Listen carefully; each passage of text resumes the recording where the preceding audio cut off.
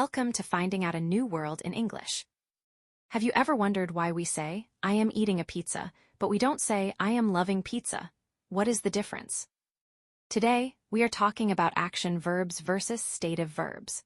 Understanding this one simple rule will instantly make your English sound more natural and stop you from making a very common mistake. Let's break it down. First, let's talk about action verbs, sometimes called dynamic verbs.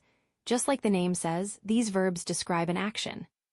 They describe physical or mental activities that a person, animal, or thing does.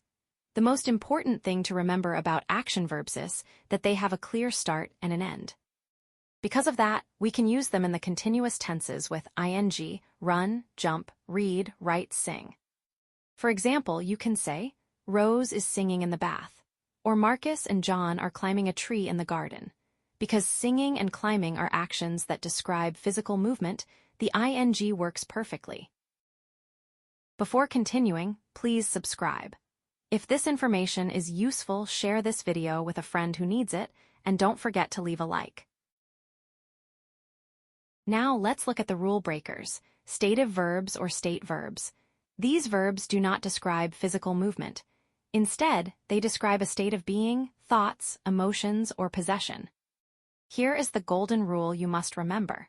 Stative verbs usually cannot be used with ing, it means continuous tenses. Like love, need, want, belong. Let's look at some examples using the simple present, he wants cookies, or Bruno hates reading. Because we can't use ing with stative verbs, let's look at some common mistakes you need to avoid. If you're talking about food, you don't say, I am loving pizza. Instead, you just say, I love pizza. If someone is sad, you don't say, you are needing a friend. You say, you need a friend. And if you are in class, you don't say, she is understanding the lesson.